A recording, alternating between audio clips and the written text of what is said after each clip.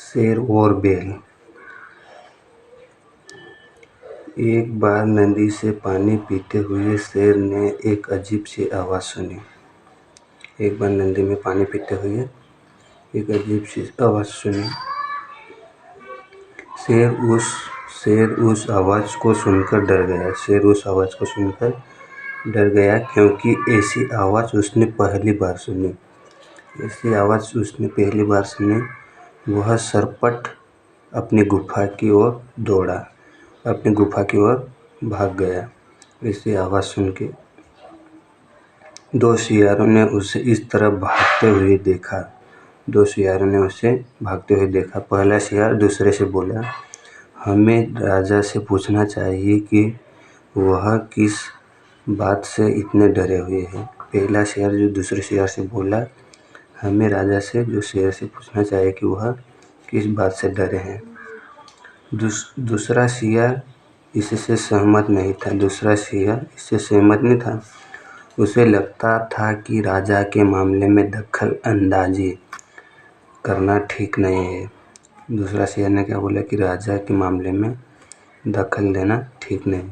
पर पहले शेर ने जोर डाला है क्योंकि वह राजा को प्रभावित करके उसका सलाहकार बनना चाहता था। राजा के सामने वो अच्छा बन के वह उसका सलाहकार बनना चाहता था। इसलिए वो बताना चाहता था, कुछ पूछना चाहता था। अगले दिन दोनों सियार शेर की गुफा में गए। अगले ही दिन क्या हुआ, दोनों जो दो सियार थे वो गुफा में गए। शेर से कहा, महाराज आप इतने डरे हुए क्यों हैं? ये कहा कि महाराज आप इतने डरे हुए क्यों हैं?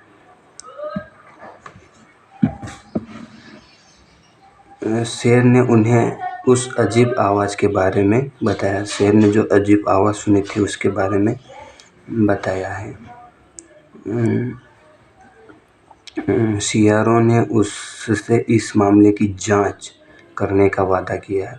सियार ने जांच किया, कोई भी पता लगाने का कुछ शेर के सामने वादा किया होगा।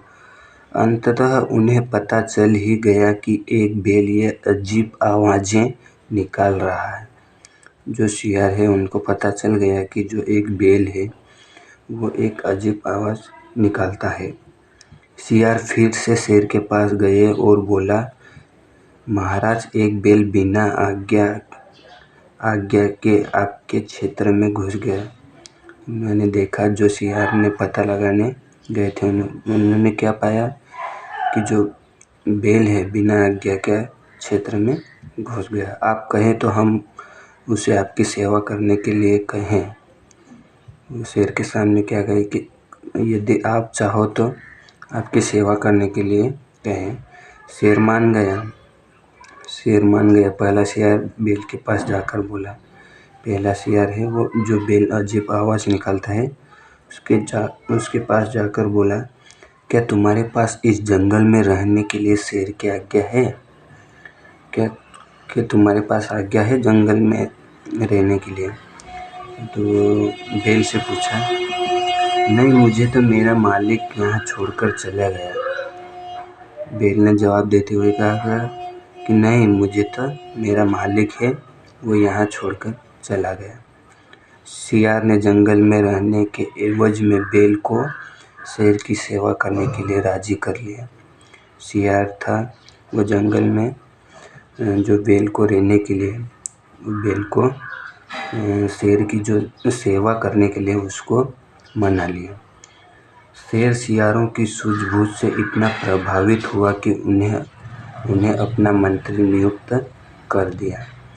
फिर शेर ने जो सियार के काम को देखते हुए उनके काम से प्रभावित होकर उन्हें क्या बना दिया, मंत्री बना दिया। शेर की बेल से दोस्ती हो गई और वह अपना ज़्यादातर समय बेल के साथ बिताने लगा। शेर की बेल से दोस्ती हो गई, फिर वह ज़्यादा समय बेल के साथ बिताने लगा।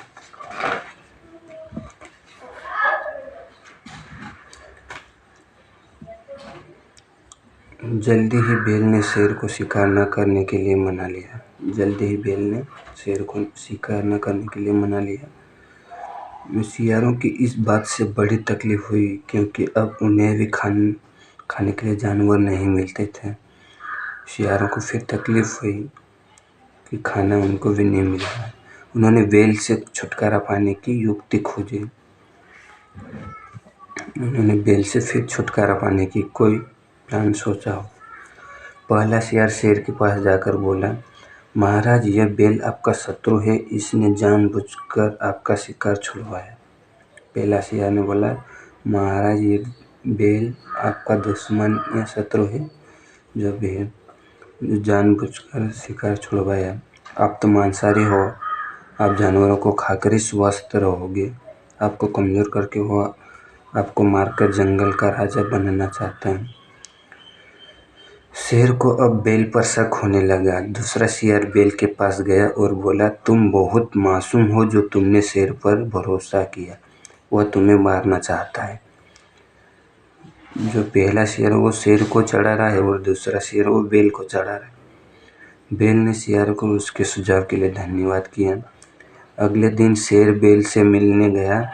उसने देखा कि बेल गुर्रा रहा है, उस पे आक्रमण करने वाला है। शेर ने बेल पर हमला कर दिया और उसे मार दिया। शियारों ने अपनी सफलता का जश्न मनाया। फिर शियार ने जो अपनी सफलता का जश्न मनाया। इसमें नैतिक शिक्षा के बारे में बताया गया।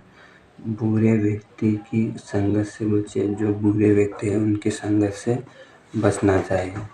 किसी भी प्रकार से दूसरे की संगत में दूसरे को जो बातों में नहीं आना चाहिए।